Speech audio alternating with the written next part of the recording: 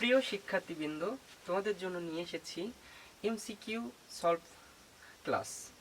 আমাদের এই ক্লাসে থাকছে তোমরা যারা এসএসসি প্রিপারেশন নিচ্ছ বা এসএসসির জন্য পড়াশোনা করছো তাদের জন্য, স্পেশালি তাদের জন্য আমাদের এমসিকিউ কোর্সটি।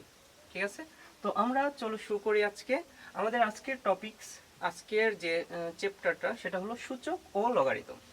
তো আমি কিছু বেসিক ল এখানে তোমাদের জন্য দিয়ে দিয়েছি। তো ফার্স্টে আমরা দেখতে পাচ্ছি যে a to the power m cross a to the power m equal to, আমরা সূত্রটা দেখতে পাচ্ছি a to the power m plus n. Second সূত্রটা হলো a to the power m by A to the power n equal to a to the power m minus N.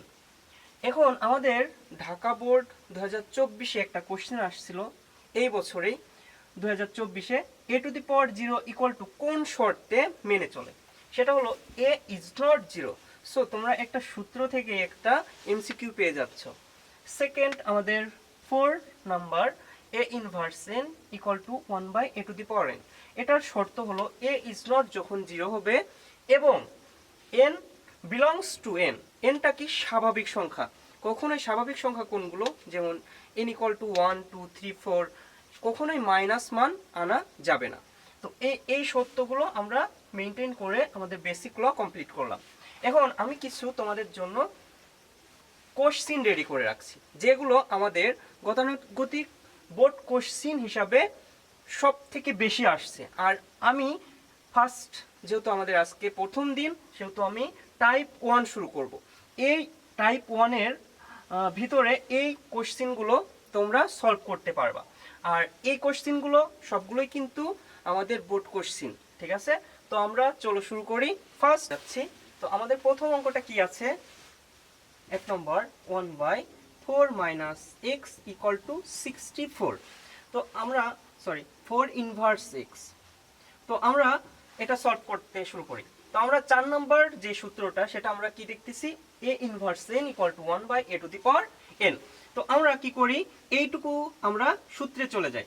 1 by 4 to the power X equal to 64।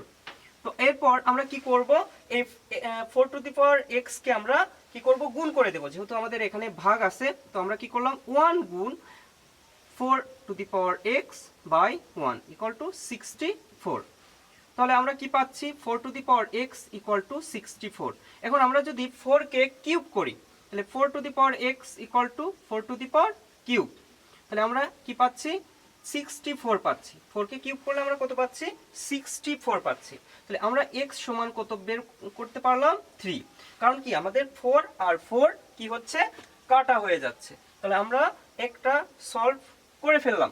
তাহলে আমাদের এইটুকু করতে কিন্তু বেশি সময় লাগলো না। তো আমরা নেক্সটে কিছু শর্টকাটও দিব। তো আমাদের সঙ্গেই থাকো, দেখো আমরা কি শর্টকাট তৈরি করি। তো এরপর আমরা সেকেন্ড কোশ্চেনে চলে যাব। আশা করি সবাই বুঝতে পারছো। কোশ্চেনটা একটু দেখে নাও এবং উত্তরটাও একটু দেখে নাও। তো আমরা চলে যাচ্ছি সেকেন্ড কোশ্চেনে। আমাদের সেকেন্ড কোশ্চেনটা কি, 2 নম্বর question, 1 by 25 inverse x equal to 125। তো আমাদের সেম নিয়ম, আমরা 4 নম্বর যে সূত্রটা আছে সেই সূত্র আমরা কি করব, সলভ করব। তাহলে 1 by 25 to the power X equal to 125। তাহলে আমরা কি করব, আবার উল্টাই দেব। উল্টাই দিলে কি হচ্ছে, 25 উপরে চলে যাচ্ছে, 25 to the power X equal to 125। তো আমরা এখান থেকে কি করতে পারি, 25 কে 5 স্কয়ার লিখতে পারি, কারণ কি 5 5 25। আর আমরা 5 কে যদি কি করি, কিউব করি, 5 কে কি করব, কিউব করলে আমরা কি পাবো, 125। তাহলে আমরা কি করব, এখানে 5 আর 5 আমরা যদি এখান থেকে বাদ দিয়ে দেই, তাহলে আমাদের কি থাকে, 2x ইকুয়াল টু 3।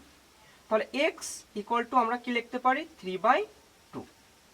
সো আমরা সেকেন্ড কোশ্চেনের অ্যান্সারটাও অনেক দ্রুততার সাথে করে ফেলতে পারবো। আমাদের শর্টকাটটা বলি।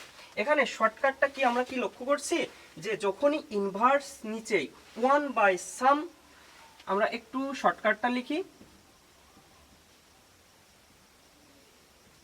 শর্টকাট। শর্টকাটটা কি, আমরা কি 1 বাই সামথিং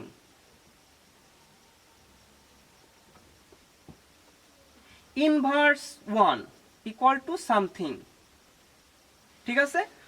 তাহলে এরকম থাকলে আমরা কি করতে পারি, আমরা কি করব, ওই সংখ্যাটাকে সবসময় উপরে নিয়ে যাব, উপরে নিয়ে গিয়ে কি করব, সেই সংখ্যাটাকে কি করব, পাওয়ার করব, ঠিক আছে? যেমন 25 to the power X equal to 125।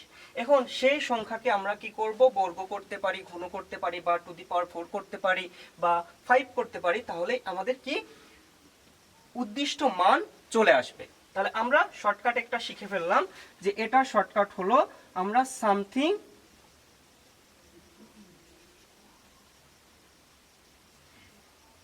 Two the power X equal to something, ঠিক আছে?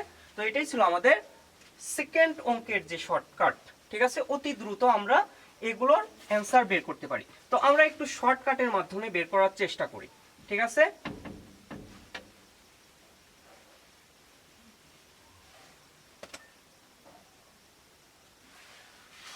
তাহলে আমরা একটু শর্টকাটের মাধ্যমে একটা অঙ্ক করার চেষ্টা করি।